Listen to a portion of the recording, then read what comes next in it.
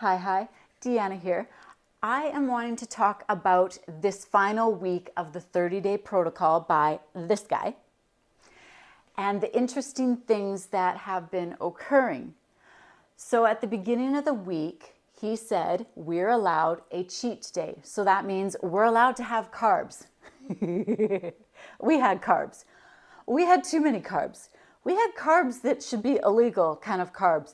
It's not the kind of cheat day he was advertising doing, so that is definitely an honest confession. It wasn't good cheating kind of carbs. Anyways, we ended up eating about 3,300 calories for that day. Now the next day, which is our Monday, was supposed to be the one meal for the day, that's it. Which I'm like, fabulous. Let's get all these nasty carbs out of the system. So the plan was to eat at 4 p.m. Not a problem, no problem.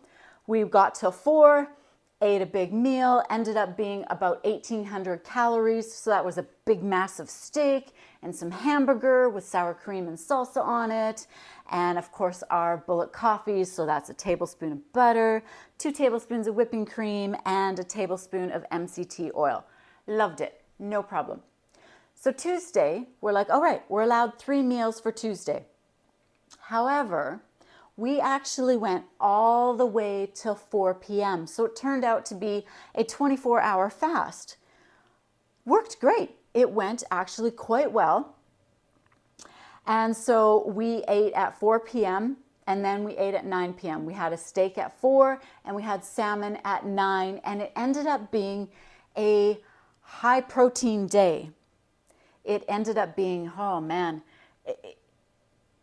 my thing, it would have been more like 40% calories from protein and 60% from fat, which is a lot higher protein than what I've been doing for the last while here. I normally do about 75% calories coming from fat. So this was a high protein day and quite a low fat day for me. Wednesday, we are back to the 1 meal a day.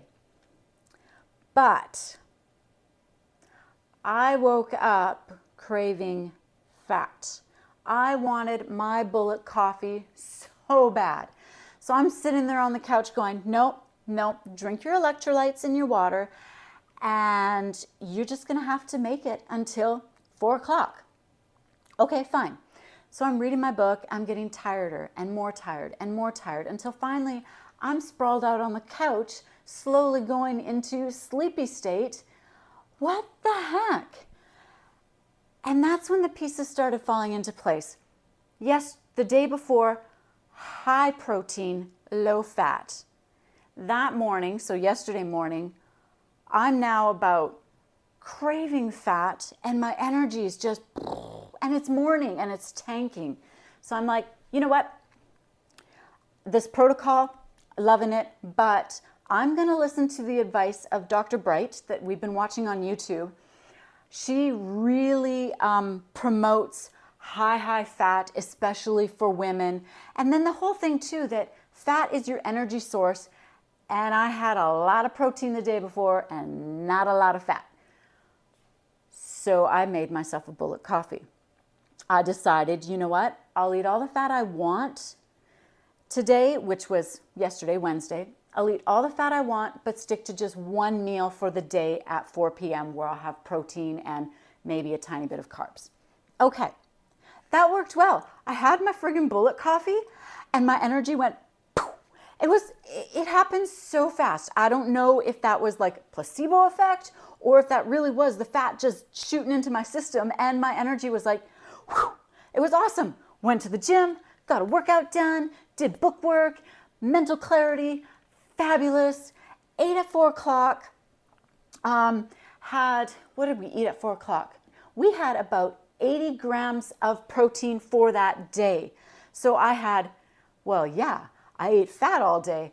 I had tons of fat yesterday and way less protein, only 80 grams of protein, where the day before was like 140 grams of protein and the fat was, so I just went, whoo. This morning, I wake up hungry. I am so hungry. It's not that I'm craving fat. I'm just hungry. Oh yeah, yesterday I ate only 80 grams of protein. So of course I'm hungry. I don't have that satiation that you get from eating protein. So it's such a, I've been hearing this stuff on YouTube from all these carnivore people and specialists and doctors and all this kind of stuff, but to actually feel it and experience it.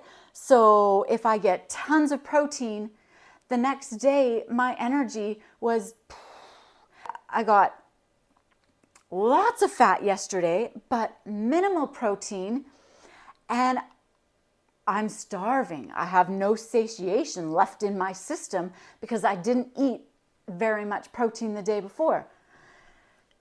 These are just interesting things to note. So for today, yeah, I had my bullet coffee first thing in the morning.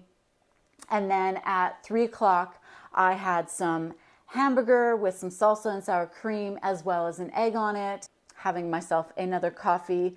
And tonight will be a big steak dinner. So today should be a little more balanced, back at the 75% fat and about 25% protein. Yes, I do eat a little bit of vegetables and berries, but my carb level is normally between, let's say, 7 to 15 grams in a day.